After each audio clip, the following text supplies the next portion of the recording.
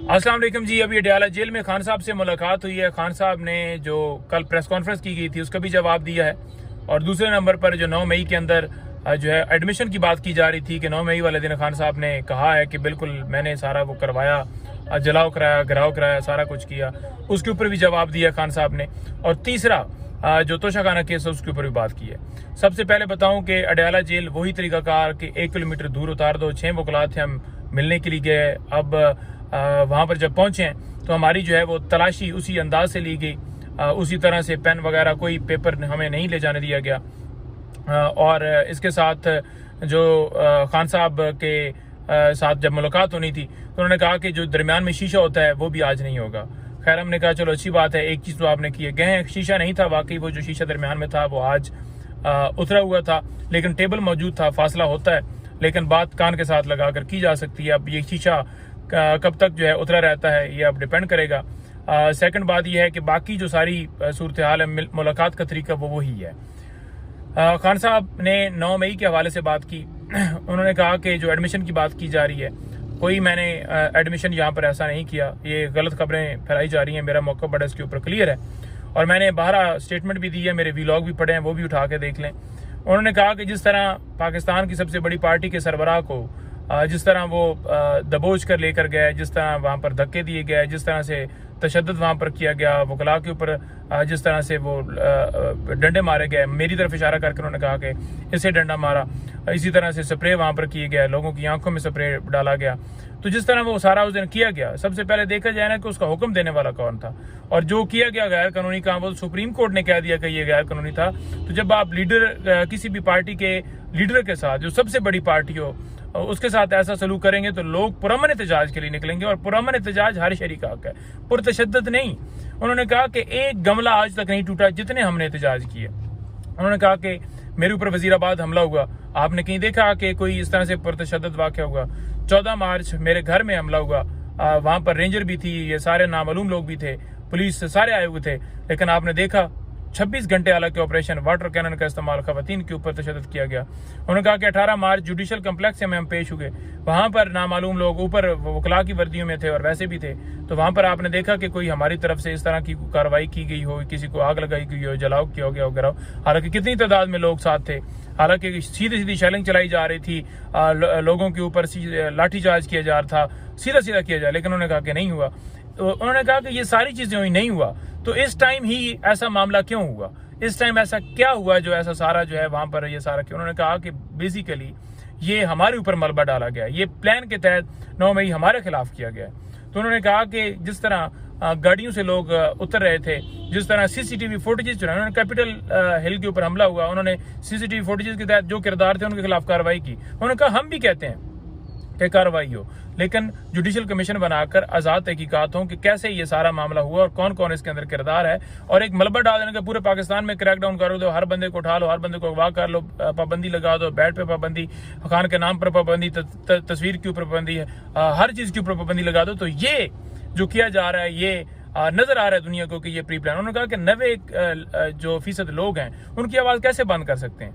और जो जिस तरह से कल प्रेस कॉन्फ्रेंस की जा रही थी, उन्होंने कहा कि आपने कहा कि ये डिजिटल दहशतगर्द हैं, आपने कहा कि ये सारे जो हैं इनको कैफरे किरदार तक पहुंचाना चाहिए। उन्होंने कहा कि जो 9 मई के अंदर मुलव्वस हैं उनको कैफरे किरदार तक पहुंचाया जाए, लेकिन हम 9 मई के अंदर मेरे ऊपर कह देना या पीटीआई के ऊपर ये कह देना, बिल्कुल ऐसा ये गलत इल्जाम लगाया जा रहा है। इसी वजह से हम कहते हैं कि वो सीसीटीवी फुटेज लाएं, और वो लाई इसलिए नहीं जा रही कि ताकि पता ना चल जाए, हकायक ना पता चल जाए।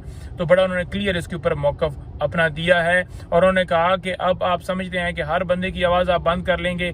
रऊफ हसन साहब के बारे में जब मैंने बताया, और बाकी तमाम खवातीन, इकरा वगैरह और सबका, और जो हमारे लोग गिरफ्तार हुए जैसे राशिद रफीक और उसके साथ जो आफाक है, सबका नाम लेकर मैंने बताया, तो उन्होंने कहा कि ये समझते हैं कि इनको उठा के तो ये आवाज बंद कर लेंगे, एक उठाएंगे हम, दूसरा बंदा उस जगह पर लगा दें, तीसरा लगा देंगे, वो समझेंगे कि एक सेक्टरी इन्फॉर्मेशन खत्म हुआ है तो जो है उसके पीछे हमारे पास बंदा कोई नहीं बचेगा, वो समझेंगे कि एक जगह के ऊपर कोई बंदा खत्म हुआ है यानी कि उसे उठा कर ले गए तो वो जो है वो पोस्ट अब खत्म होगी, अब कोई बात नहीं करेगा। तो ऐसा मुमकिन नहीं है। प्रेस कॉन्फ्रेंस भी होगी, बंदे भी अपॉइंट होंगे, आवाज भी होती रहेगी, और जिस वक्त वो बैक आएंगे अपने डेफिनेटली वो ओहदे संभालेंगे। और उन्होंने बड़ा क्लियर कहा कि ये पाकिस्तान, ओवरसीज पाकिस्तानी जो बाहर बैठे हुए हैं, हर हर जगह पर लोग जो है वो बात करेंगे और हर जगह से जो है वो किस किस को आप रोकेंगे।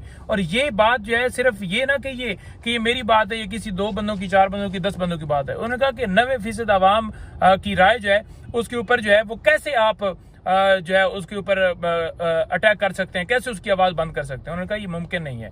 उन्होंने कहा कि यही हुआ उस वक्त 1971 के अंदर कि आवाज जो है बंद करने की कोशिश की, उस वक्त आवाम की राय का एहतराम नहीं किया गया और ये सूरत हाल हुई। तो खुदारा इसके ऊपर रहम करे और मुल्क को आगे बढ़ने दें, मुल्क को आगे चलने दें। ये मलबा हमारे ऊपर डालकर आप समझेंगे कि आप ये पाकिस्तान तहरीक इंसाफ कुछ चंद लोग हैं, तो आप पूरे मुल्क, आप आवाम के खिलाफ जा रहे हैं, आप आवाम की राय के खिलाफ जा रहे हैं। आवाम की राय का एहतराम करें, आवाम को अपने मुखालिफ ना करें, तो खुदा का नाम लें और होश के नाखन लें। इसके अलावा जो गिरफ्तारी हुई उनकी पुरजोर मजम्मत की। तोशाखाना केस के अंदर जिस तरह से वो इनाम शाह को लाया गया, उन्होंने उसका भी जिक्र किया। उन्होंने कहा कि इनाम शाह जो है वो जहांगीर तरीन के भाई, जो जहांगीर तरीन के साथ जो PS है उसका ये भाई है।